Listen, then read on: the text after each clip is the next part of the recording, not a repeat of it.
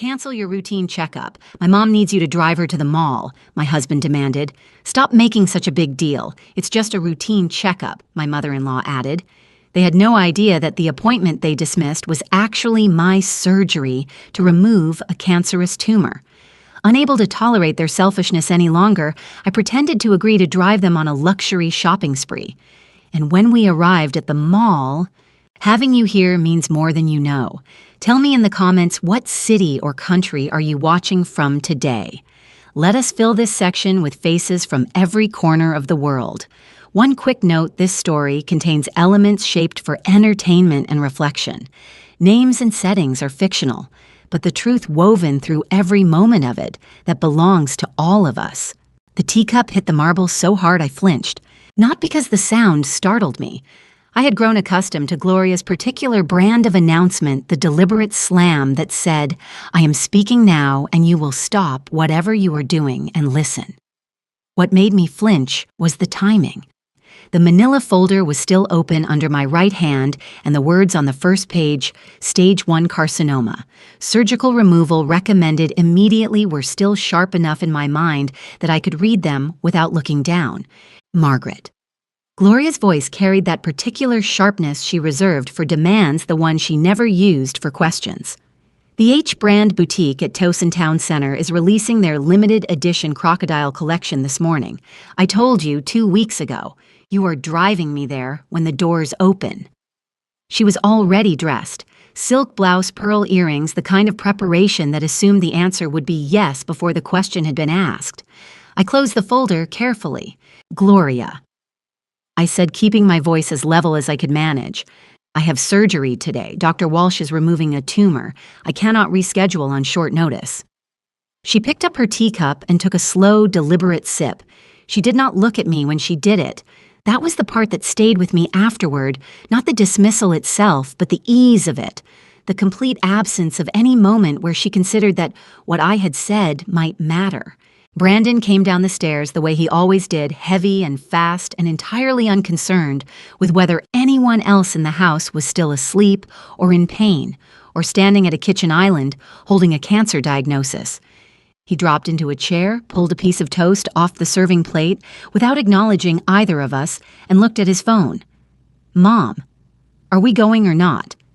He did not look up. Stage 1 means it is not going anywhere overnight. Reschedule for next week. Simple. He was 25 years old. He said it the way you say, move the appointment because I want the table by the window, as if the inconvenience were mine and the inconvenience were small. My phone buzzed on the counter. I did not need to look at the screen to know it was Carol Simmons. She had texted every morning this week asking how I was managing, asking whether someone would be at the hospital with me. She was my colleague in the Department of Medicine, and she owed me nothing beyond professional courtesy. And she had offered more genuine concern in 5 days of text messages than the 3 people in this room had offered in the 3 weeks since my diagnosis. I had not told her that the answer to her question was no one. I had not been ready to say it out loud. Richard came in from the hallway. His thumb was moving fast across his phone screen, and when he caught me glancing toward him in the way I had learned to glance peripheral, careful the look of someone who had been paying attention for a long time, he turned the device face down against his thigh and slipped it into his jacket pocket. He crossed his arms and looked at me with the expression he wore when he had already made a decision and was simply waiting for me to arrive at the same place. Maggie. Soft now. The reasonable voice. The one he used when he wanted something and had decided that warmth was the more efficient tool. My mother is 80 years old. One phone call and Walsh finds you another slot next week. How many more mornings like this does she have? He let that sit in the air between us for a moment. You are being selfish. I looked at each of them in turn. Gloria examining a small chip in her nail polish with the focused attention of someone who had run out of things to perform concern about. Brandon scrolling through what appeared to be a luxury watch catalog, his toast already half gone, his mind already inside a store we had not yet driven to. Richard arms, folded shoulders, set the posture of a man who believed the conversation was already over and was simply waiting for me to confirm it. Not one of them had asked how I was sleeping. Not one of them had asked whether the pain in my abdomen was manageable, or whether the medication was helping, or whether I was frightened about walking into that operating room without anyone beside me. Carol Simmons, who shared nothing with me beyond a department and 22 years of professional proximity, had asked all of those things. Twice. Something settled in my chest. Not anger. I had moved past anger weeks ago. Sometime around the second night, I lay awake at 2 a.m. with the diagnosis on my nightstand and the house quiet around me, and no one who had thought to ask. What settled in me now was colder than anger and considerably more useful. I closed the folder. I placed it into my bag. I straightened my jacket, the same dark blazer I wore on mornings when I needed to feel like the version of myself that did not bend. I reached for my keys. "You are right," I said. I kept my voice entirely neutral. "I am being selfish. Get your coats. I am driving everyone to Towson this morning, and I will cover everything you want to buy." Gloria's face broke into a wide, immediate smile, the smile of someone whose patience had been rewarded exactly as expected. Brandon was already pushing back his chair, reaching for his jacket from the hook by the door. Richard unfolded his arms and gave a small, satisfied nod, the gesture of a man who believed he had managed a difficult situation with skill. They moved toward the door with the easy confidence of people who had never once considered the possibility that the morning might not go exactly as they had planned. Not one of them noticed that I was smiling, too, and mine was not the same kind of smile at all. Nobody spoke as we pulled out of the driveway. That lasted approximately 90 seconds. Gloria had her phone pressed to her ear before we even reached the end of the block, her voice filling the car, the way smoke fills a room, slow and suffocating. "Brenda, yes, we are on our way right now." She adjusted her silk blouse and crossed her ankles. "My daughter-in-law is treating the whole family today. You know how she is. Always so generous. I already have my eye on that crocodile tote and the matching wallet. Margaret is covering everything." She laughed at something Brenda said. "Well, when your daughter-in-law is a Johns Hopkins professor, these things are just Tuesday." A sharp cramp moved through my abdomen, and I pressed my back harder against the seat, keeping my grip on the wheel steady and my face completely neutral. Dr. Walsh had confirmed that driving short distances was safe before the procedure. I had asked him specifically because I had already known this morning would go exactly the way it did.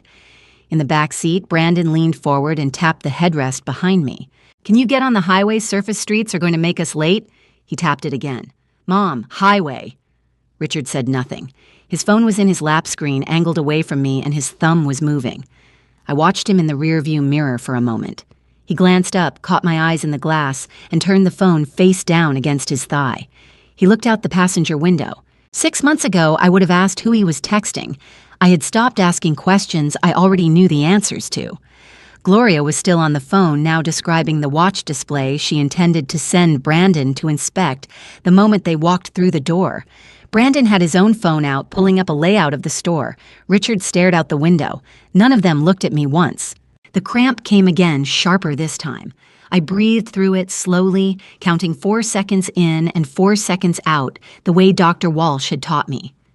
Outside, the Baltimore skyline shifted as we merged onto the highway. Towson Town Center appeared in the distance glass, and steel catching the morning light. I reached down and opened my banking app with my right thumb, letting the map handle navigation. The screen showed a single option beneath Richard's supplementary card. "Freeze all supplementary cards." I did not press it yet. The car turned into the Towson Town Center parking structure. Gloria ended her call. Brandon was already unbuckling his seatbelt before I shifted into park. The Louis Vuitton flagship entrance was directly ahead, its gold lettering catching the light. "Don't forget the black card, Maggie," Richard said, finally looking at me. I smiled at him in the rearview mirror. "I have everything I need," I said. They did not look back. That was the thing I remembered most clearly afterward. All 3 of them pushed through the glass doors of the Louis Vuitton flagship, and not one of them turned around to check on me. Gloria was already pointing toward the handbag display before the door had finished closing behind her. Brandon went straight for the watch counter. Richard straightened his jacket and looked around the store, the way he always did in places he could not afford.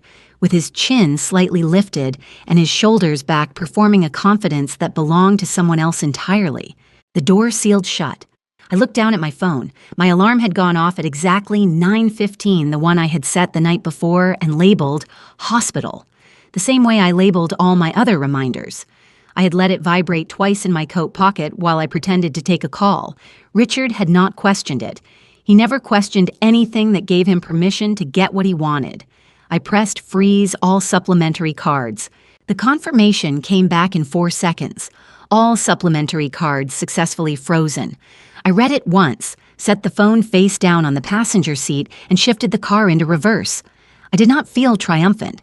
I did not feel angry. I felt the way I imagined a surgeon feels the moment before the first incision, perfectly still, perfectly focused, with everything unnecessary stripped away. The drive to Johns Hopkins took 19 minutes. I knew because I had timed it the week before. Somewhere around the 12-minute mark, somewhere on the stretch of highway where the city opens up and you can see the hospital complex rising above the tree line. I let myself think about the appointment I had attended alone 3 weeks ago.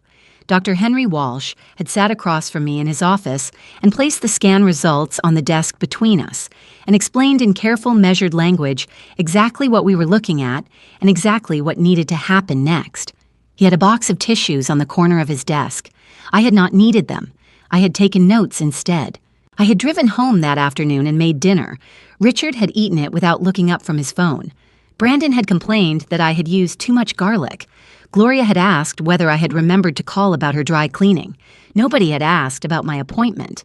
I pulled into the Johns Hopkins Medical Campus at 9:34 and found parking on the 3rd level of the garage, the same spot I always used, because it was closest to the elevator, and the elevator was closest to the oncology wing. Small efficiencies. 30 years of hospital work teaches you to move through a building the way water moves through a pipe, finding the fastest route without thinking about it. Dr. Henry Walsh was waiting near the reception desk when I came through the sliding doors. He was a tall man in his early 50s with reading glasses pushed up on his forehead and the particular calm that the best surgeons carry, not detachment exactly, but a kind of steadiness that makes the people around them feel that whatever happens next is manageable. He had been Carol's recommendation, and Carol had never steered me wrong about anything in 22 years. Professor Collins. He extended his hand. "How are you feeling this morning?" "Ready," I said, and I meant it in more ways than he knew. He walked me through the preoperative checklist himself, which he did not have to do, but which told me something about the kind of doctor he was. He confirmed the procedure, reviewed the scan results one final time on the tablet he carried, and answered the 3 questions I had written down in my notebook. Then he looked at me over the top of his glasses. "Is there anyone joining you today, family, a friend?" I thought about the 3 people currently standing inside a luxury boutique 15 miles away, running their hands over handbags that cost more than most people's monthly rent, absolutely certain that I was sitting in a parking garage finishing a work call. "I have everything I need," I said. It was the 2nd time I had said those words this morning. They felt truer each time. Dr. Walsh nodded and led me toward the preoperative suite. The corridor was wide and very quiet, the kind of quiet that exists inside hospitals and nowhere else, a quiet that has weight to it that makes you aware of your own heartbeat. At the end of the corridor, the double doors to the surgical suite stood open. I walked through them without hesitating. 15 miles away, inside the Louis Vuitton flagship at Towson Town Center, a saleswoman was carrying 3 crocodile leather handbags to the VIP lounge, where Gloria sat waiting. The total on the register was already climbing past $40,000. Nobody had thought to check the parking garage. Nobody had thought to check on me in a very long time. I did not witness what happened inside that store. Later, Linda and the woman in the cream blazer filled in every detail for me. According to them, while I was being prepped for surgery on the 4th floor of Johns Hopkins Hospital, 3 people were ordering complimentary sparkling water in a luxury boutique 15 miles away. Gloria had claimed the velvet settee in the center of the VIP lounge the moment they walked through the door, lowering herself into it with the deliberate grace of someone who believed she was accustomed to this kind of treatment. She was not, but she played the role with absolute conviction. She kept her handbag on her lap, her ankles crossed and her chin at an angle that suggested she found the room only moderately impressive. A young saleswoman named Linda approached with a tray of chilled water and a warm smile that had been professionally calibrated to communicate welcome without warmth. Linda had worked the VIP floor for 6 years. She could identify a genuine client from 30 feet. "Welcome," Linda said. "Are you shopping for anything specific today, or shall I bring out the new arrivals?" "Everything," Gloria said without looking at her. "Start with the crocodile collection and bring the jewelry tray. My daughter-in-law is Professor Margaret Collins of Johns Hopkins University. She will be joining us shortly to complete the purchase. We are not in a hurry." Linda smiled with her mouth. "Of course. I will bring everything out for you." She turned toward the back room, and for just a fraction of a second, her eyes moved to the entrance. No one else had come in with them. Gloria held court from the settee with the authority of someone who had spent decades perfecting the art of spending other people's money. When Linda returned with the first round of handbags arranged on a padded tray, Gloria pointed rather than touched, directing Linda to hold each piece up at different angles while she assessed them from her seat. "That one," she said, indicating a crocodile tote priced at $32,000, and the matching wallet, set them aside. Richard had drifted to the men's accessories counter where a second associate had unlocked the watch display case at his request. He tried on a limited edition chronograph, held his wrist up to the light, and asked the associate to note the reference number. He tried a second one, then a third. He settled on 2, both of them heavy and expensive, and asked that the straps be adjusted to fit before they were packaged. Brandon moved through the floor with the energy of someone spending currency that had no connection to any effort he had ever made. He found a pair of leather sneakers in a style he had been following online for months. He found a canvas tote he did not need.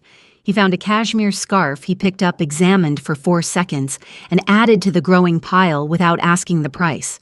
The total on Linda's handheld register climbed past $50,000, then 60, then 70. At 10:45, Brandon walked out to the parking structure to check on Maggie. He took the elevator to level 3, walked the row where they had parked, and found an empty space where the car had been. He stood there for a moment looking at the concrete. Then he walked back inside. "The car is gone," he told Richard quietly so Gloria would not hear. Richard's jaw tightened. He pulled out his phone and pressed Maggie's contact. It rang 4 times and went to voicemail. He tried again. Voicemail. He lowered the phone and looked at Brandon. "She probably pulled around to the lower level," Richard said. "The parking validation is better down there." Brandon looked at him. "She has been gone for 90 minutes, Brandon said. "She is handling a work issue." Richard said louder this time with the firmness of someone who needed to believe what he was saying. "You know how her department is. She will be here." Brandon said nothing more, but he did not look convinced. Gloria called out from the settee. "Richard, come tell me which watch you want, and ask them to bring out the diamond tennis bracelets. I want to see the full set." Richard straightened his jacket and walked back to the lounge. Linda set the padded jewelry tray on the low table in front of Gloria and stepped back, her expression professionally neutral. The total on her register now read $85,400. She glanced toward the entrance one more time. The street outside was quiet. No one was coming. She looked back at the 3 of them, at the towers of tissue-wrapped boxes accumulating on the counter, at the watches being adjusted and the handbags being set aside and the bracelets being held up to the light. Then she looked at her watch.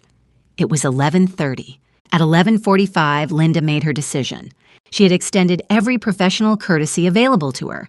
She had brought out 3 rounds of merchandise, replenished the water twice, adjusted the lighting in the VIP lounge at Gloria's request, and smiled through 90 minutes of a woman loudly describing the generosity of a daughter-in-law who had not appeared.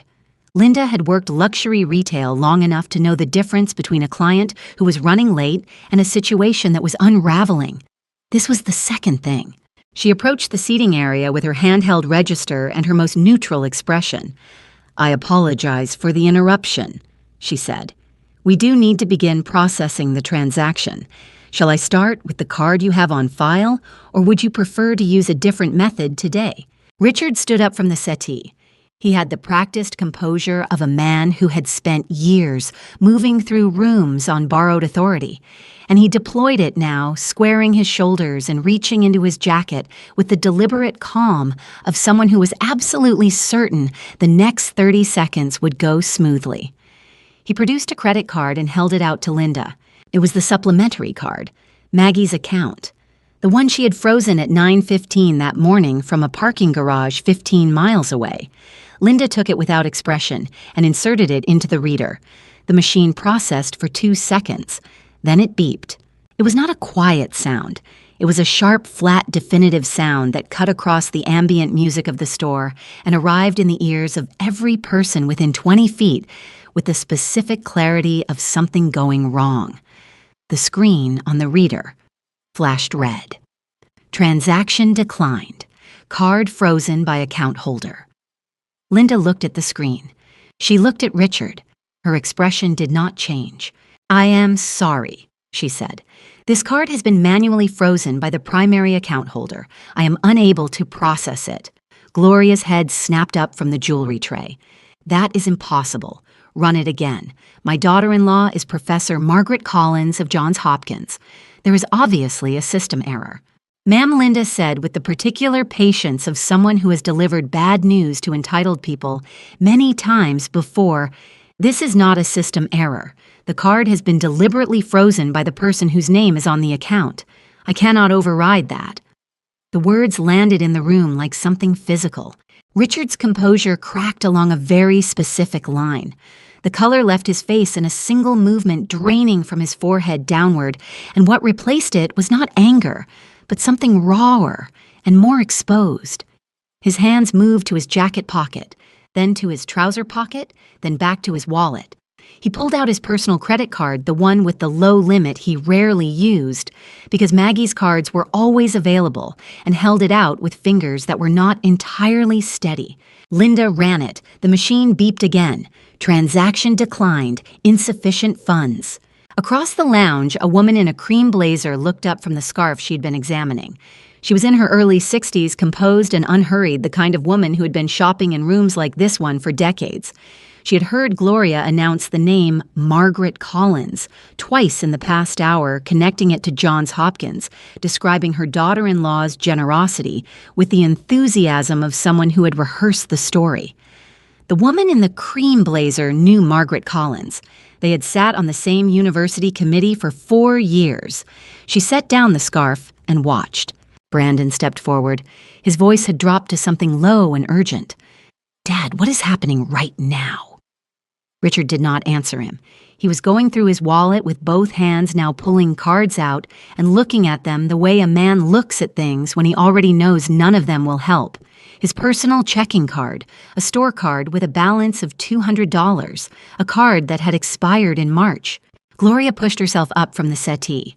Her silk blouse had shifted during the hours of sitting, and her lipstick had worn to a thin, uneven line, and the performance of effortless wealth she had been staging since they walked through the door was disintegrating in real time.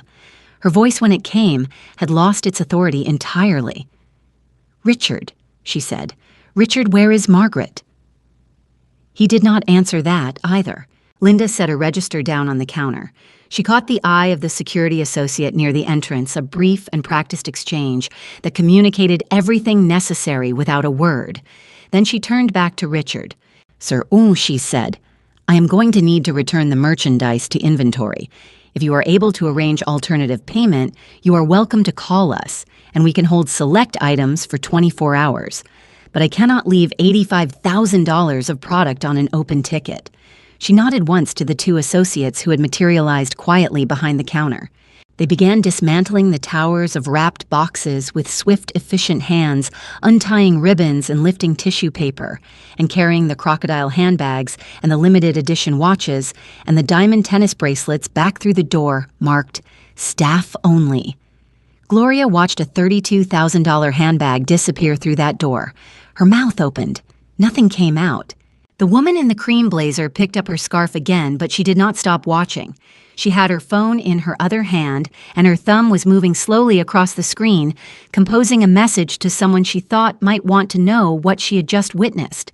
In the VIP lounge of the Louis Vuitton flagship at Towson Town Center, surrounded by empty tissue paper and the ghost of $85,000 worth of things that had never belonged to them, Richard Collins stood with an expired card in one hand and nothing in the other, and understood for the first time that morning exactly what had happened. Linda straightened the counter. "Security will show you out," she said. The security associate did not touch them. He did not need to. He simply appeared at the edge of the VIP lounge, a broad-shouldered man in a dark blazer who stood with his hands clasped in front of him and looked at Richard with an expression that communicated without any ambiguity whatsoever that the next movement in this room was going to be toward the exit. Richard picked up his jacket from the arm of the settee. He did not make eye contact with anyone.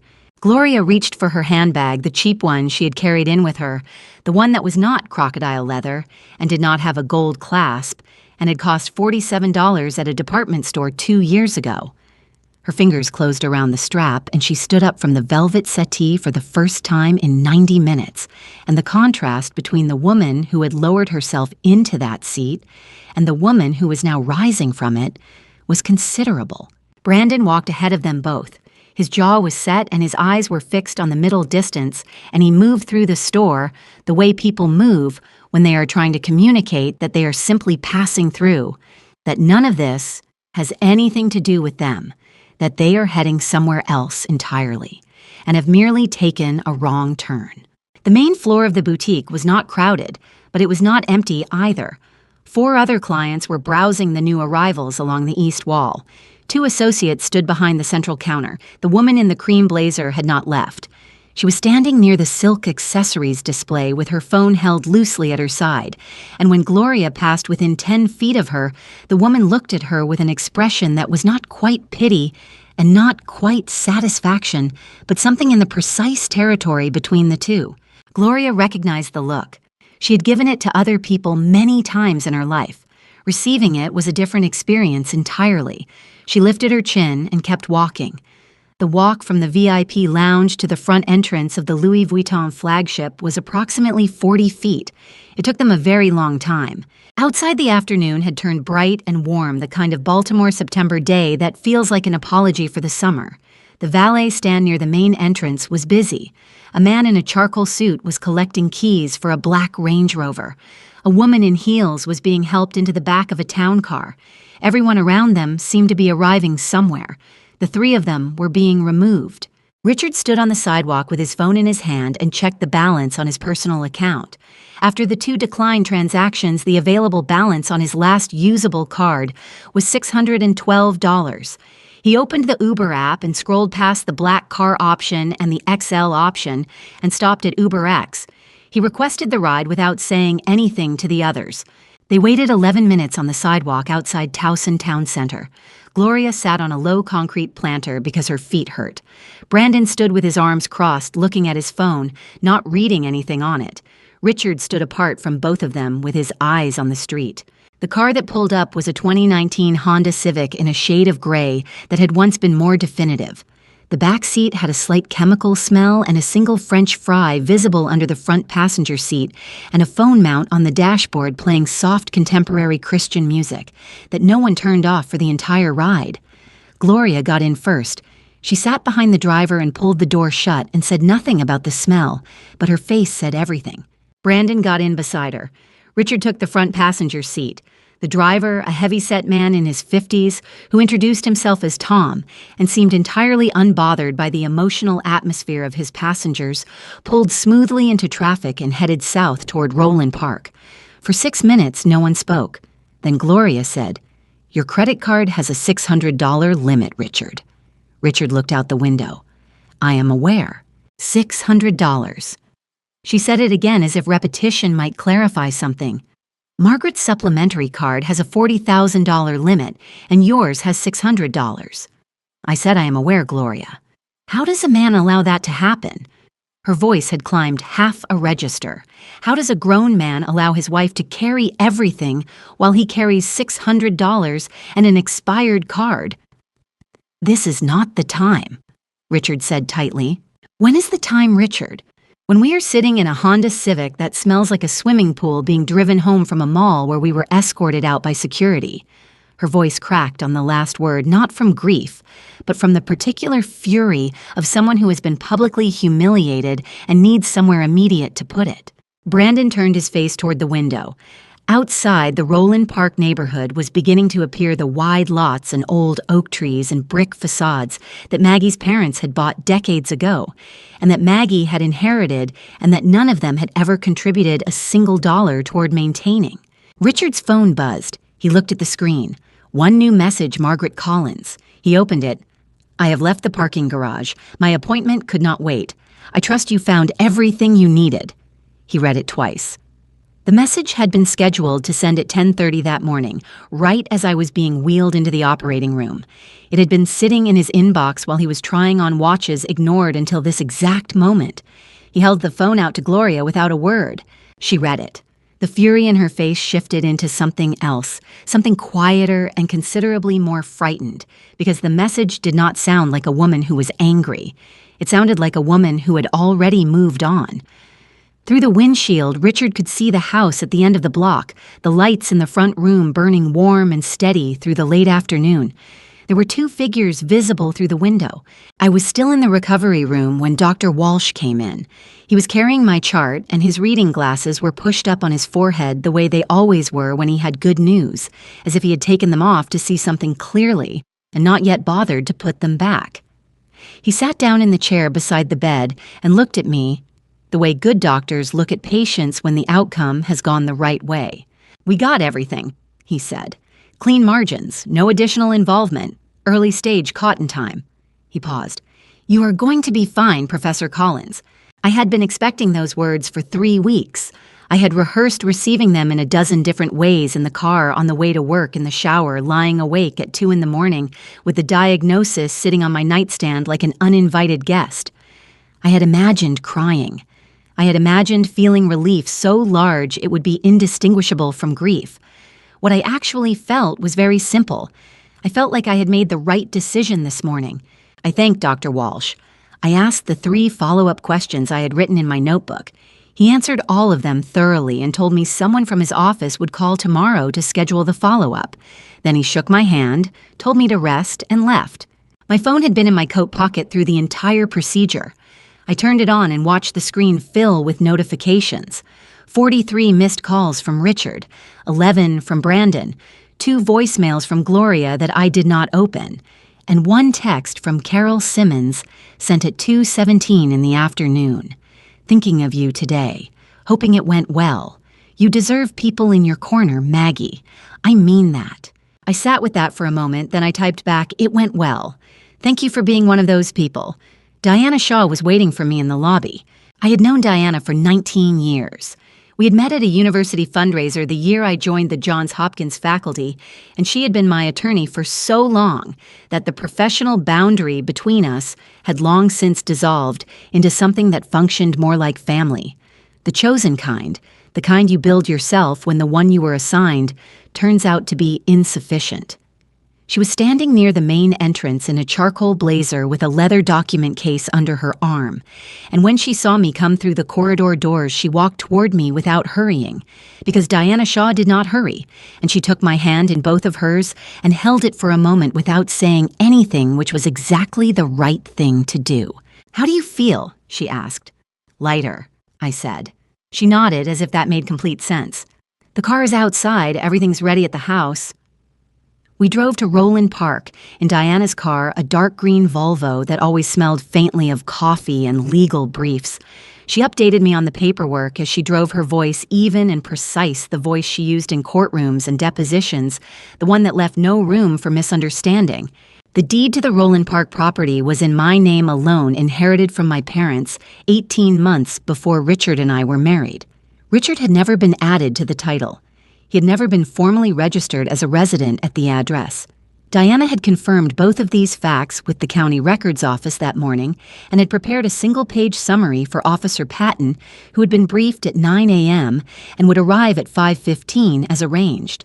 "He may try to argue common law rights," Diana said. "Can he? Not successfully.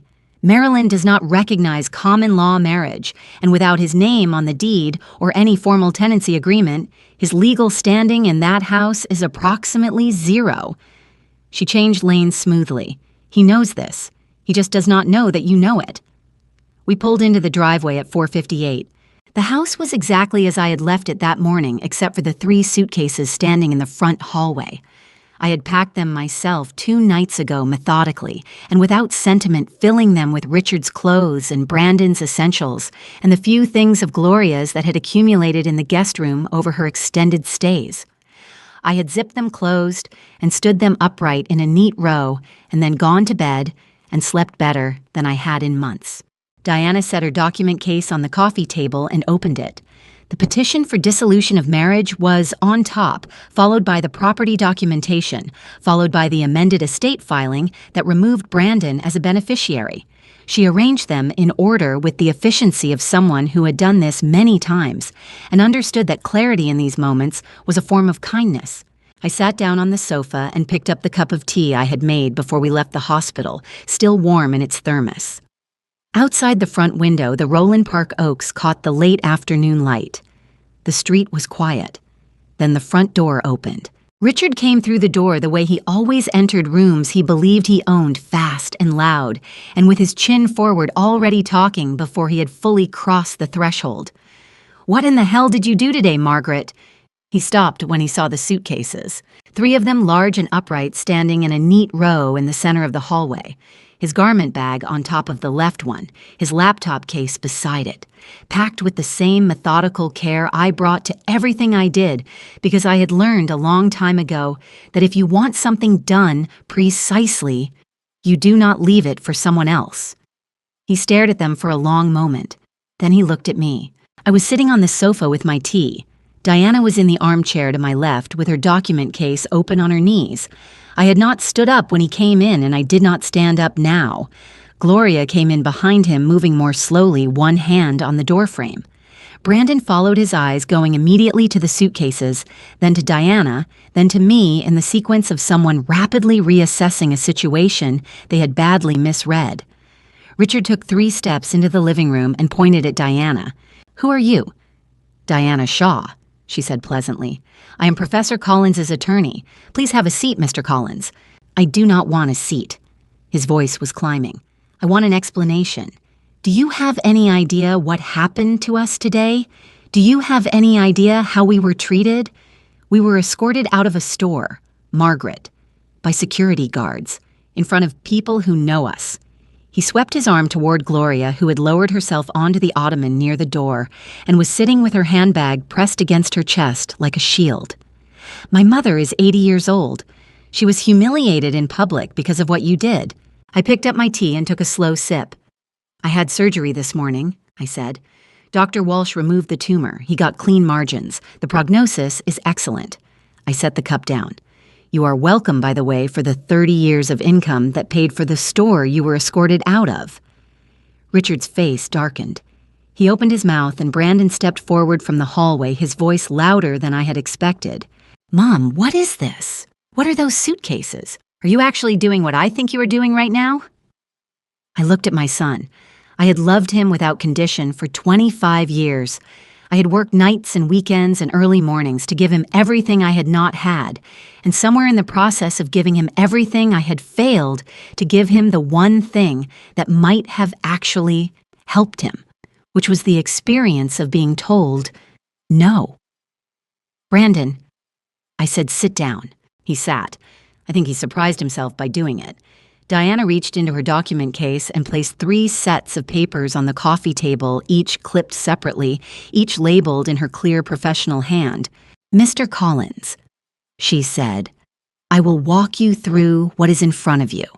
The first document is a petition for dissolution of marriage, filed this afternoon in Baltimore City Circuit Court. It includes documented evidence of financial misconduct during the marriage, including undisclosed transfers and breach of fiduciary duty within the marital estate." She did not look up from the papers as she spoke. The second document is the property title for this residence. The Roland Park property was inherited by Professor Collins from her parents 14 months before your marriage and has remained solely in her name. You have never been listed on the deed, and you have never been formally registered as a resident at this address. Your legal standing in this property is non-existent. She placed her hand on the third document. The third is an amended estate filing. The paperwork has been submitted and the process is already underway. Brandon, you will no longer be listed as a beneficiary in your mother's estate. The room went very quiet. Gloria made a sound that was not quite a word. She pressed her hand over her mouth and looked at the suitcases, and then looked at me with an expression I had never seen on her face before. Something stripped of its usual performance, something that might have been the beginning of understanding. Brandon stood up again. His voice cracked slightly. You are cutting me out after everything. I am your son. You are my son, I said. This morning, when I was lying on an operating table having a tumor removed from my body, you were trying on watches. I kept my voice level.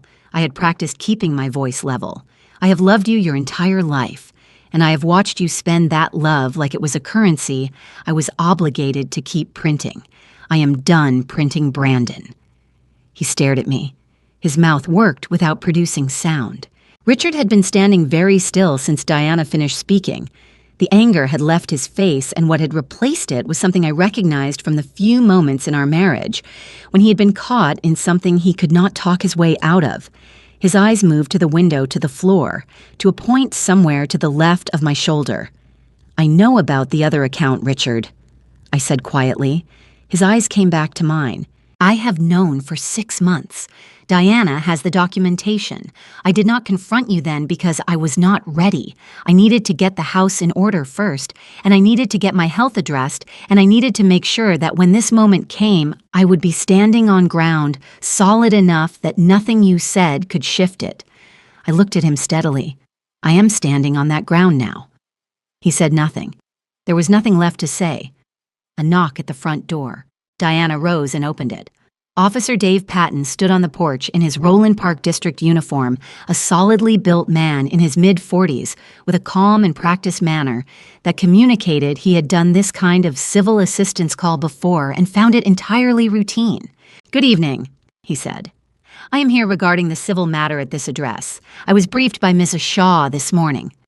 He looked past Diana into the living room, taking in the suitcases, the papers on the table, the 3 people standing at various stages of disbelief. Professor Collins, do you wish to proceed? I set my teacup down on the table. Yes, officer, I said. Please proceed.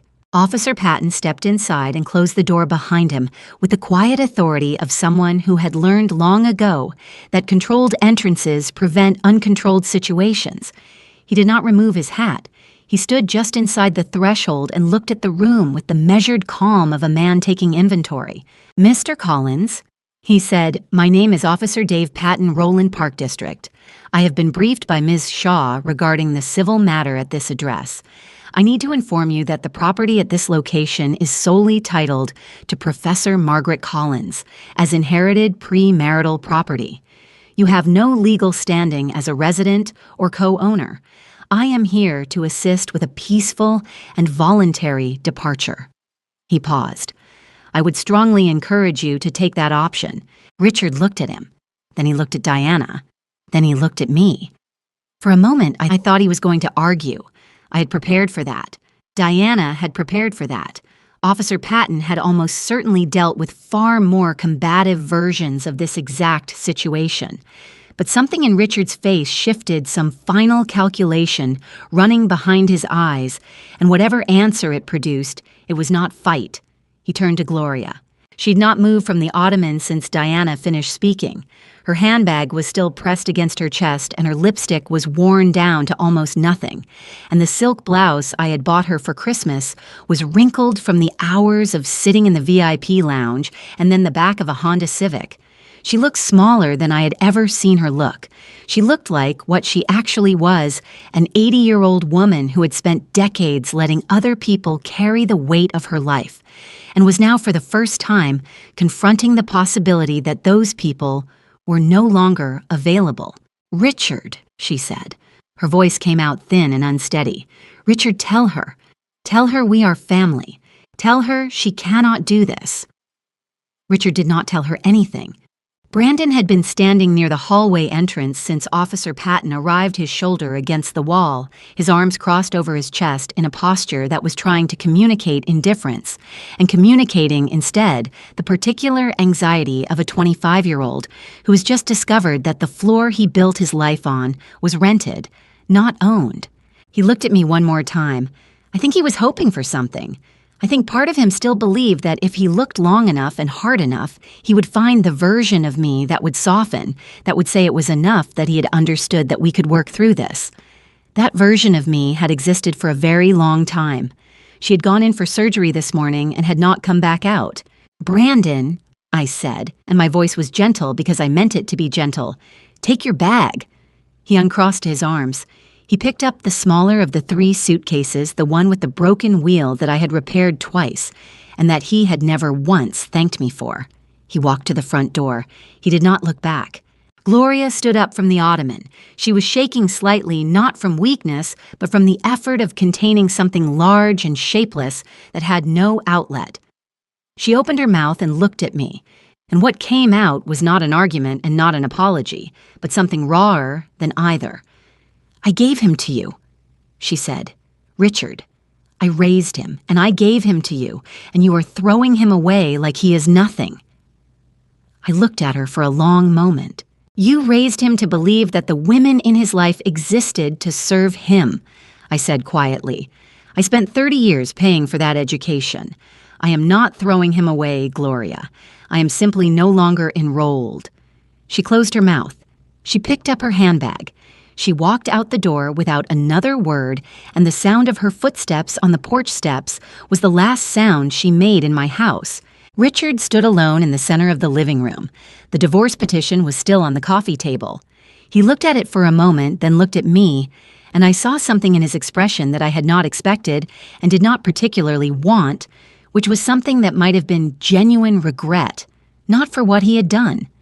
I do not think he had gotten that far, but for what he was losing for the specific comfort and safety and subsidized ease of the life he was being removed from. He felt something real. I did not say anything. He picked up his garment bag and his laptop case. He walked to the door. He stopped with his hand on the frame and stood there for a moment with his back to me.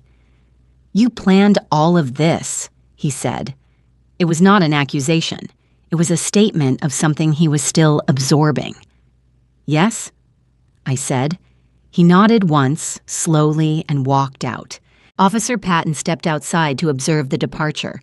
Diana closed the door behind him and came back to the sofa and sat beside me, and we listened to the sound of a car being called, and then the sound of it arriving, and then the sound of it leaving. Then there was nothing.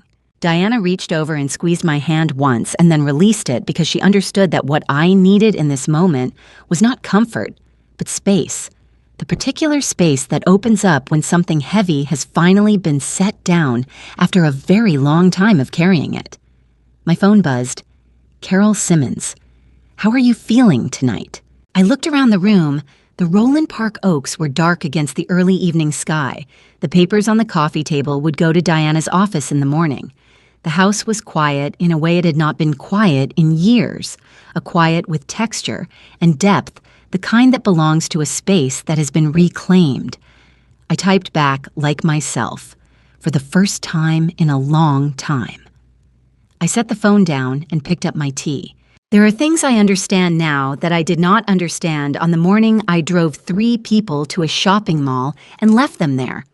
I understand that the body keeps score and that chronic stress and prolonged endurance of mistreatment will eventually present the bill in terms you cannot negotiate with or defer. I had nearly paid that bill with my health. I had come close enough to understand what the cost actually was. I understand that financial independence is not a luxury.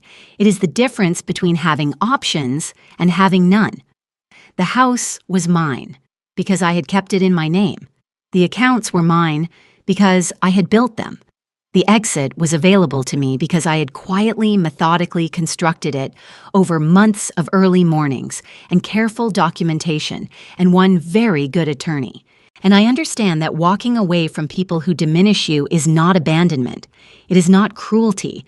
It is the most basic form of self-preservation, the decision to stop spending yourself on people who experience your generosity as an obligation and your boundaries as an affront.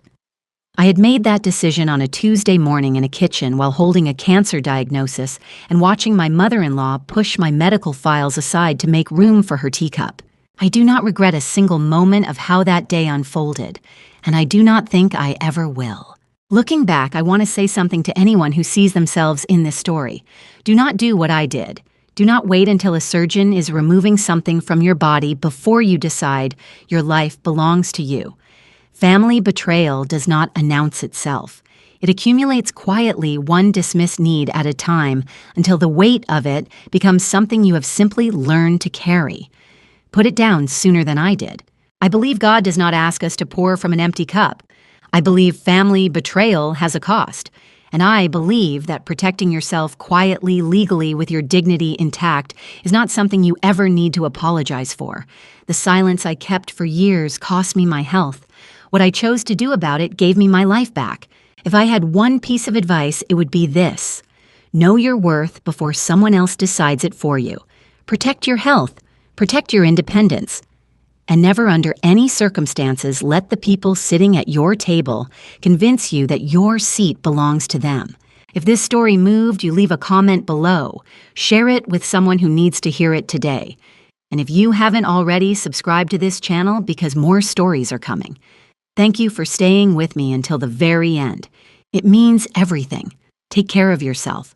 That part is never optional.